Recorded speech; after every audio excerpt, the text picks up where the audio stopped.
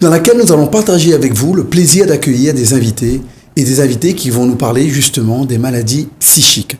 Nous avons aujourd'hui le médecin interne en médecine d'urgence, Farah Tagoli. Bonjour. Voilà, j'ai bien prononcé? Oui, très bien. Voilà. Donc nous avons aussi à notre gauche Marilène Saint.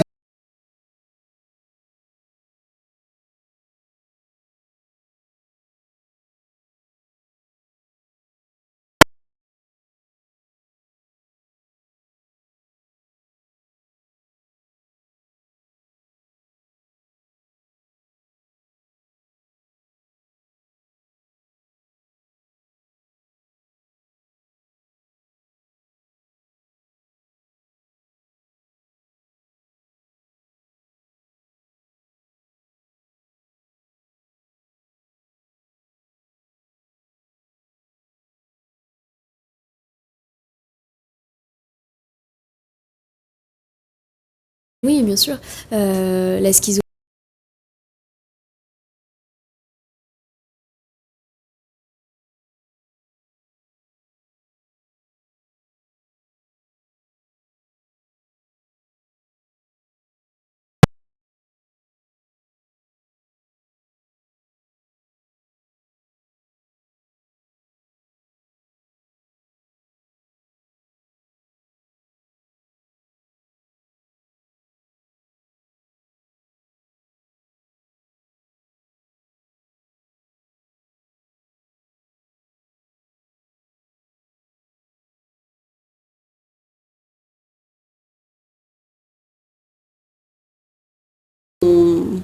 Ces objectifs.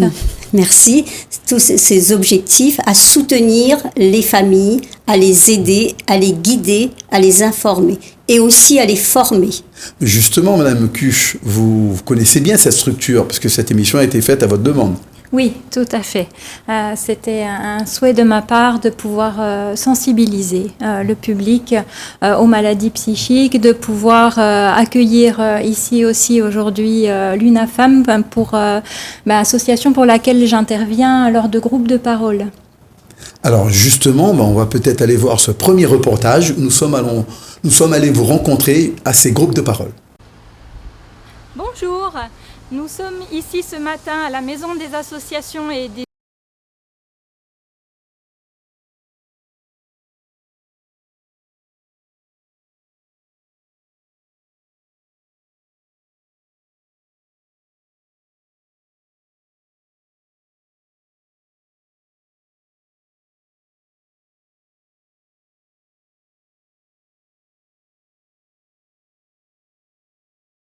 Avant, ils ne savaient pas où c'était.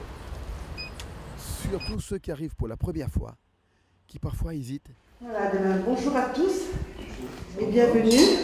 Notre groupe de parole que nous faisons tous les mois, où on a la liberté de s'exprimer, où on va aussi échanger des informations, se donner.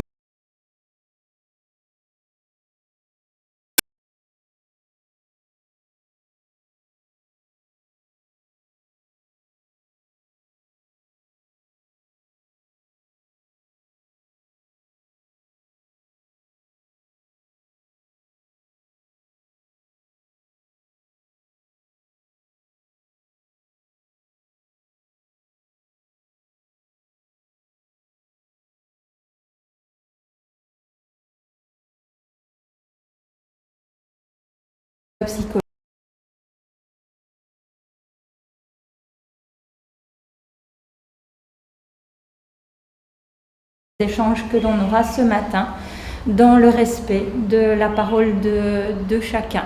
Qu'on respecte aussi un temps de parole pour que tout le monde ait son espace d'expression. Moi, ma présence ici, c'est pour vous écouter afin de voir les actions à mettre en place pour vous aider. Donc l'UNAFAM, donc on est là pour aider les familles de personnes qui souffrent de handicap psychique. Donc ça peut être des dépressions, ça peut être la bipolarité, la schizophrénie ou tout autre trouble psychique. Aider les familles, effectivement, votre public ne sont pas les malades psychiques eux-mêmes, mais les familles, parce que je pense qu'il y a beaucoup de souffrance autour. Mireille? Beaucoup de souffrance, beaucoup de souffrance.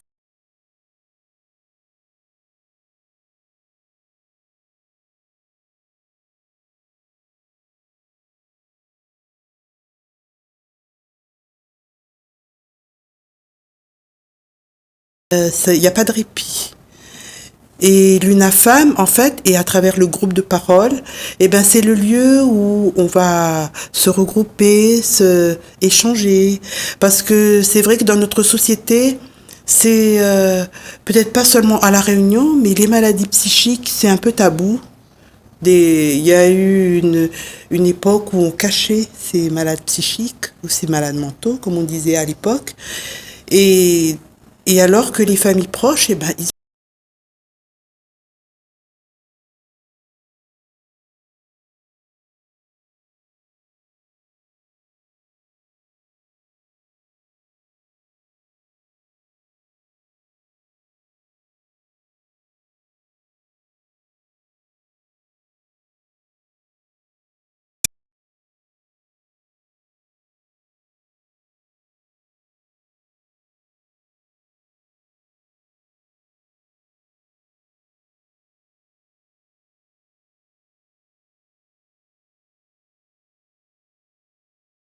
Les aidants peuvent, à un endroit spécifique, parler de ce qu'ils vivent au quotidien. Et parfois,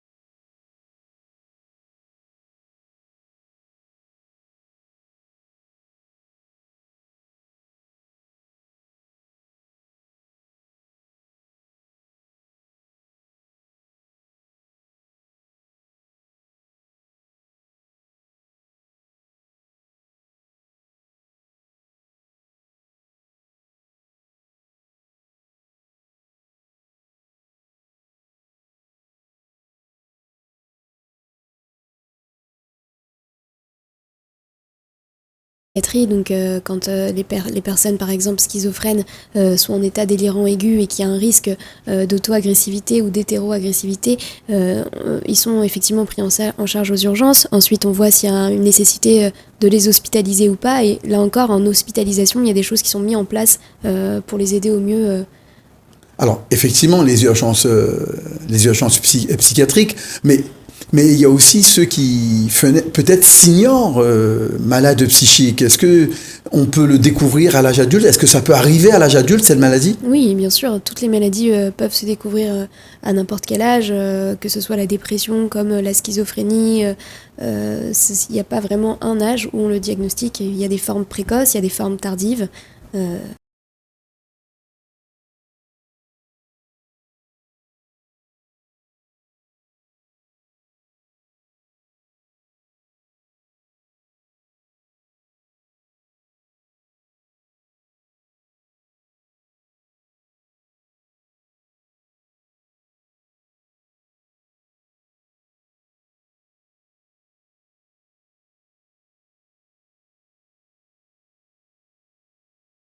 C'est des situations qu'on ne peut pas raconter partout parce qu'on n'est pas toujours compris.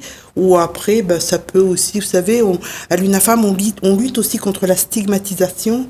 Donc, ces personnes malades et les aidants font partie de la société. Donc,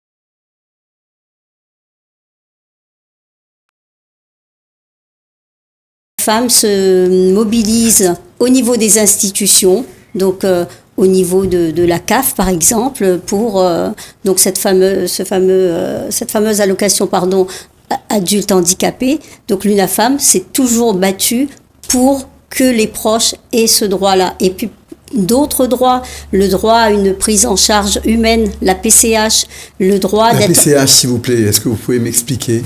Donc prise en charge humaine, c'est-à-dire donc les malades enfin les proches qui sont atteints de troubles psychiques, ils ne savent pas se prendre en charge. Ils ont du mal, ils ont beaucoup de mal à gérer leur quotidien. Et donc l'UNAFAM se bat depuis des années pour qu'on vienne les aider, donc par la mise en place de structures. Il y a les SAMSA, les SAVS, donc ça c'est plus en métropole qu'à La Réunion. Mais l'objectif de l'UNAFAM à La Réunion, c'est de mettre en place tout ce qu'on peut apporter aux familles et aux proches par la même occasion. Très bien, mais justement, pour rencontrer ces gens de l'UNAFAM, je le précise, le 11 et 12 juin, nous avons des journées dédiées aux seniors, aux gens porteurs du handicap, avec plusieurs structures, des gens qui sont porteurs d'autisme, d'autres de différentes dyslexies. Et puis, nous avons aussi des représentants de l'UNAFAM qui y seront. On peut venir les voir. Oui, exactement.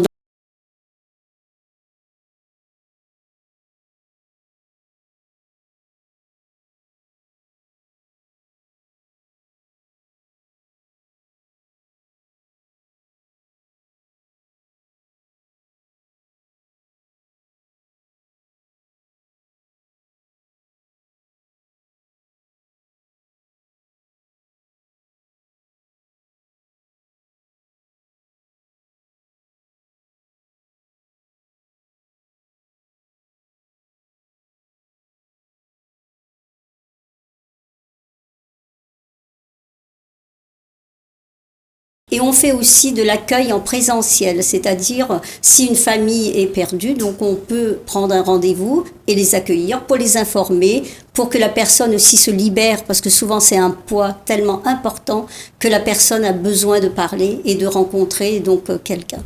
Oui. Et ça, c'est important. Parce que parfois, le parcours de soins peut être très compliqué pour les personnes atteintes de maladies psychiques, avec parfois un passage aux urgences, parfois des rendez-vous avec le psychiatre qui peuvent être reportés parfois de plusieurs mois. Ça, c'est une réalité. Et donc, on peut avoir des personnes en souffrance. Et moi, ce que je tiens à dire, c'est que il est très important dans le cadre des maladies psychiques d'avoir un accompagnement médical et un accompagnement thérapeutique, puisqu'on sait l'importance des bithérapies et les bénéfices que ça a pour les usagers. Et aussi de dire que lorsque l'on ne se sent pas bien avec son médecin, lorsque l'on ne se sent pas bien avec son thérapeute, eh bien, il faut s'autoriser à en changer. Ça, c'est très important. Oui, nous sommes dans un pays où on a le droit de choisir son thérapeute et en fait, il faut qu'il se crée une alliance thérapeutique, c'est ça? Exactement. Et à ce titre-là, donc l'UNAFAM est en lien avec aussi donc tous les établissements hospitaliers, les CHU, le PSMR, et nous sommes aussi représentants des usagers dans ces établissements. Alors, Oui. quand les gens viennent vous voir,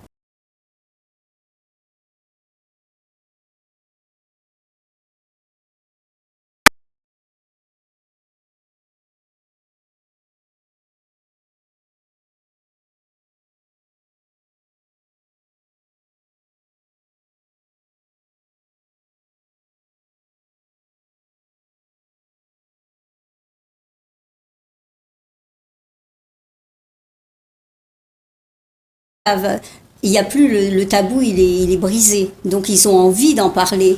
Ils vont pas dire fou, mais donc c'est nous, UNAFAM, de dire la personne est atteinte de troubles psychiques. posons les bons mots pour pouvoir Voilà. ne pas donner un sens péjoratif. Et justement- J'empruntais ce langage.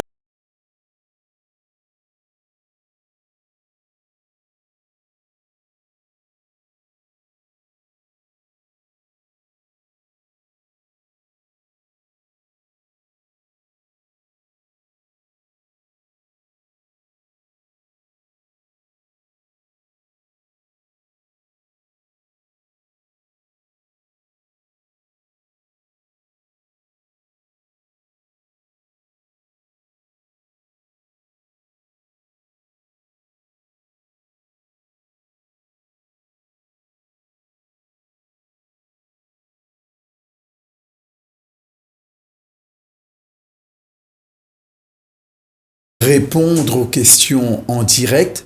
Ceux qui se demandent, est-ce qu'on y est ou on n'y est pas? Est-ce que ça me concerne ou pas, docteur? Est-ce que vous vous avez des gens qui débarquent et que vous repérez aux urgences comme étant porteurs de maladies psychiques, mais qui n'ont jamais été identifiés, qui sont venus pour toute autre chose? Bien sûr, il y a différentes façons de diagnostiquer une maladie. Donc parfois, oui, ça nous est arrivé de voir quelqu'un délirant qui n'était pas connu délirant avant. Donc qui est venu donc, aux urgences pour un épisode délirant aigu. Et oui, on y prête beaucoup d'attention parce que par la suite, ça peut justement devenir une maladie ou ça peut s'arrêter à cet épisode-là. Voilà. Et puis il peut y avoir aussi la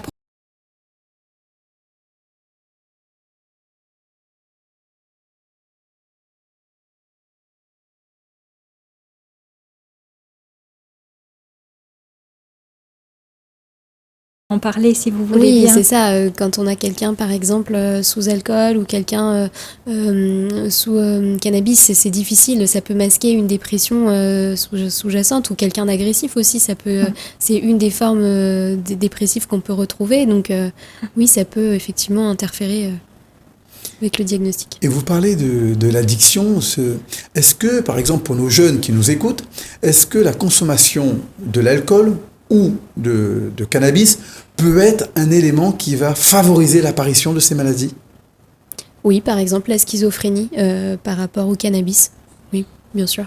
Parce que j'avais lu une fois un article là-dessus qui disait la consommation d'un joint, une seule fois, peut suffire à être l'élément qui va faire de nous, plus tard, un malade porteur d'une maladie psychique. Les gens ne s'en rendent pas compte, c'est grave, là. Vous le confirmez? Les gens ne se rendent pas compte, effectivement, des conséquences qu'il peut y avoir sur les addictions au niveau psychique, effectivement. Surtout que, quand même, les adolescents sont particulièrement fragiles parce que, notre ami médecin va certainement le confirmer, au niveau du cerveau, ils sont pas finis, on va dire. Et entre 15 et 25 ans, ils sont très vulnérables. Et la prise de cannabis et tout ça, ça peut avoir des effets délétères au niveau de ces jeunes parce que ça peut déclencher. C'est pour ça qu'au niveau de l'UNAFAM, ça sera aussi très important pour nous de sensibiliser au niveau des établissements scolaires, des jeunes, pour apporter aussi des témoignages, pour dire, vous voyez comment votre avenir peut être sabordé par juste une petite erreur de jeunesse. La difficulté, quand on parle de prévention, c'est un investissement sur le long terme. On le voit bien, hein. Par exemple, quand on dit porter un casque, parce que vous n'allez pas forcément tout le temps tomber à vélo, mais le jour où ça arrive, mieux vaut avoir le casque ce jour-là. Et donc, la projection du futur est difficile pour ces jeunes. Ils ont un sentiment d'invulnérabilité, ils ont un sentiment, c'est l'INRS dans un rapport qui le disait, l'Institut national de la recherche sur la sécurité, qui disait, les jeunes, ils se sentent invulnérables. Et donc, la mort ne concernera que les autres, ça n'existe pas pour eux, il y a un déni. Et comme vous le dites si bien, l'INRS avance que le cerveau n'étant pas fini, la notion de prévention est complètement abstraite et elle ne peut pas prendre l'ancrage qu'on souhaite. Par contre, ils peuvent avoir l'information et ils peuvent le comprendre intellectuellement. Et c'est déjà beaucoup. Et c'est déjà beaucoup parce que moi, je le vois chez les adolescents qui vont développer, par exemple, un état, des états dépressifs majeurs. En fait, ils se sentent abandonnés par les copains et les copines. Alors que on sait que c'est très important qu'ils soient bien entourés à ce moment-là et que le groupe de pairs, pour eux, est un groupe ressource. Donc, si on les a informés et que du coup, la maladie ne fait pas peur, alors à ce moment-là, ils vont pouvoir être en cohésion avec l'ami qui est malade. Oui, c'est pas contagieux une maladie psychique, hein. On doit le dire, on doit insister. Est-ce qu'il y a un caractère génétique? Bien sûr. Oui, il y a une part de génétique liée dans ces maladies, oui. Oui. Mais la transmission n'est pas systématique ou c'est un terrain favorable? C'est un terrain qui est favorable. Des éléments concordants vont favoriser l'apparition? Bien sûr, il y a un contexte, un environnement à prendre en compte. Je dirais que c'est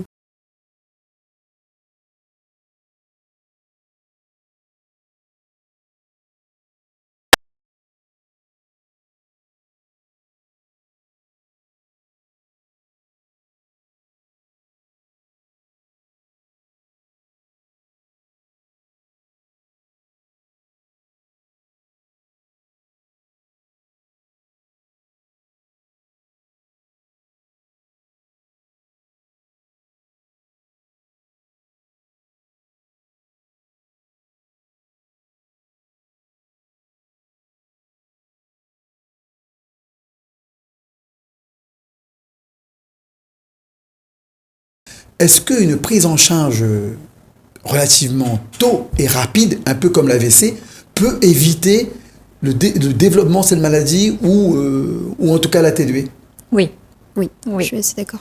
C'est plus rapidement, on va pouvoir intervenir, expliquer la maladie, intégrer la famille dans la prise en charge, pouvoir permettre et l'accompagnement médical et l'accompagnement par un thérapeute. Je dis thérapeute parce que je souhaite englober à la fois les psychologues, mais d'autres thérapies, les thérapies de nouvelle génération comme la sophrologie par exemple. L'important étant de trouver ce qui convient au patient. Mais effectivement, la personne vivra mieux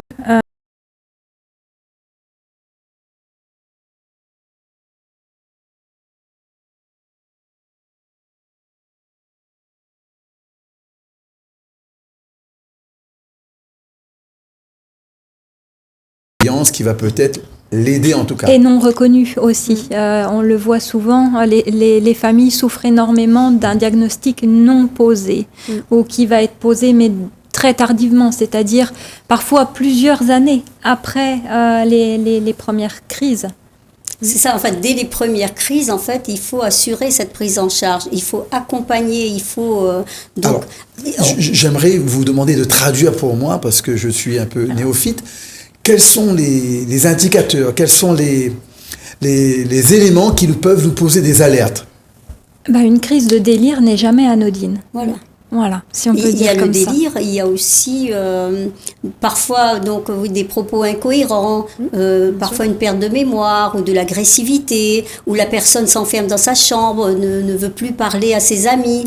Ou des éclats de rire. Tous ces signes-là, oui, ça doit alerter. Et il ne faut pas en fait se cacher. Souvent on dit c'est une crise d'adolescence quand l'adolescent s'enferme dans sa chambre. Non, en fait il faut aller au-delà. Et on ressent les signes. Surtout que l'adolescence étant un âge fragile, surtout que les parents parfois ne savent pas ce qui se passe à l'école, s'ils ont pris du cannabis et que ça aide, comme on l'a dit, un déclencheur. Est-ce que l'alcool fait partie de ces déclencheurs aussi? Donc à partir de là, effectivement, les parents ne peuvent ne pas être au courant des circonstances et passer à côté. Et j'ai envie de dire, peut-être comme toute maladie, plus c'est vite pris en charge et mieux c'est. Donc, il faut alerter la population sur ces signes. C'est ça, exactement, pour éviter une chronicisation et une aggravation des symptômes. Ce sont des maladies qui se traitent, j'insiste bien. Parce que ça peut aller très loin, ça peut aller jusqu'au suicide, malheureusement. Oui, on a parlé de dépression, et là, tout de suite, ça va être clair pour tout le monde. En tout cas, je vous remercie, moi, sur ce plateau, d'être venu partager avec nous cet éclairage sur les maladies psychiques. Ne nous quittez pas, parce que cette émission est en 2 parties et nous allons continuer sur cette même thématique dans la 2e partie.